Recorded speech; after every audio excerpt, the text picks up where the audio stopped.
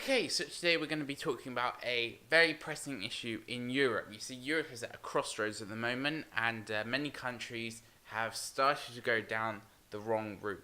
You see, as of August the 1st, wearing full body burqas and kind of Islamic pieces of clothing that cover your face have been banned in Denmark, and you can receive a fine up to $1,552. This crossroad that I refer to is about Islam in Europe, whether it's accepted and respected or rejected and attempted to be controlled.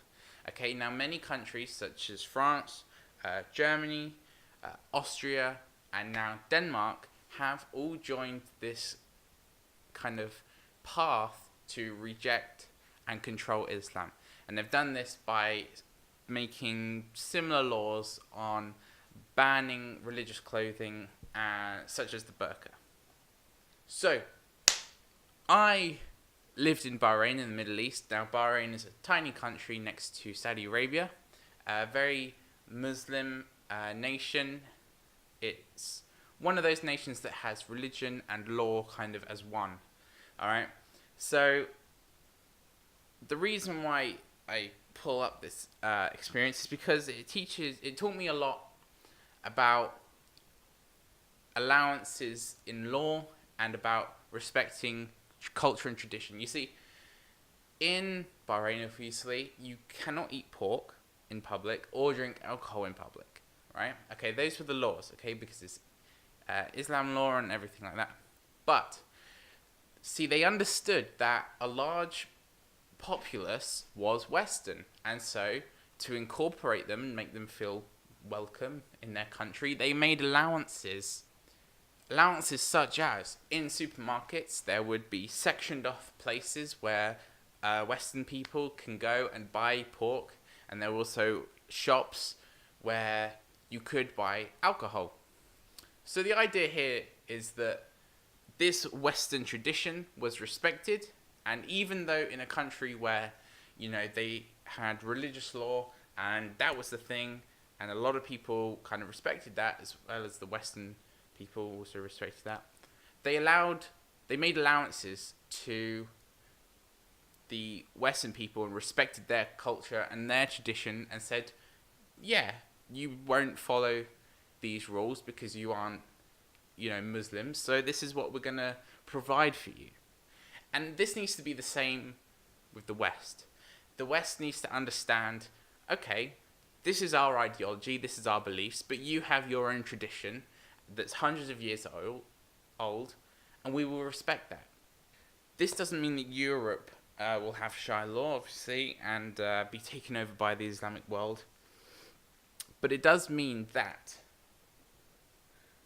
we have to understand that they come from a place of tradition, a place of, religion.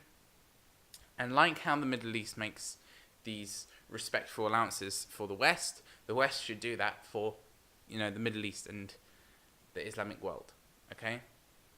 One way we can do that is, of course, allowing their religious clothing. The reality is that we can shape a nation like the UK as we want with our Western ideologies and everything. We can change it and do whatever we want. That's fine. But if we want unity and peace and collaboration between communities, religions, ethnicities, then we need to accept that other people have different traditions, and we need to respect that that's what that's what they want to practice in our country, and so we should respect that and not try to control it and reduce it and restrict it.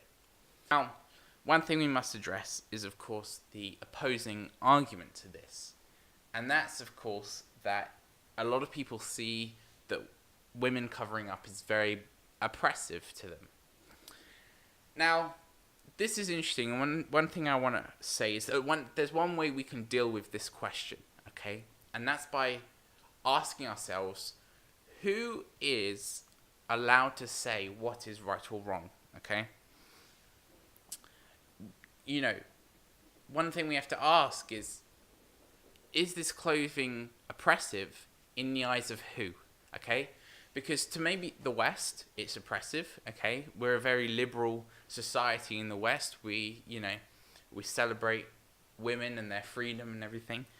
But in the Middle East, with religion and tradition being hundreds of years old and very much so incorporated into the culture, something like covering up is not as bad as we perceive it. Because to them, this is a tradition hundreds of years old. This has been practiced generation by generation. And so a lot of people will see it as just a part of life, and it's a part of their religion and their religious beliefs. Okay? And that's a big thing about looking at, things, what is right or wrong in the world. Because there's so many different cultures, so many different beliefs, all of them have conflicts. There'll be things in Chinese tradition, in, African tradition, that look at the West, okay, look at Europe and say, there are things that you do there which are wrong. But who's to say, who's to put that argument out and say, we shouldn't have this because it's oppressive? Well, it's oppressive in the eyes of who, right? And that's a risky road to go around, and it's one which is just a loop because, there's no real answer to that, because on one side it is oppressive, but to them it's tradition. Right? So, obviously, comment down below what you think. We at Project Utopia believe that we should respect their tradition, their culture, and allow them to practice their religion and their beliefs and their clothing, as they have so respectfully incorporated our traditions in the Middle East as well. But comment down below if you agree and what your thoughts are on Denmark and everything. So thank you very much for watching. Join us next time. Thank you very much.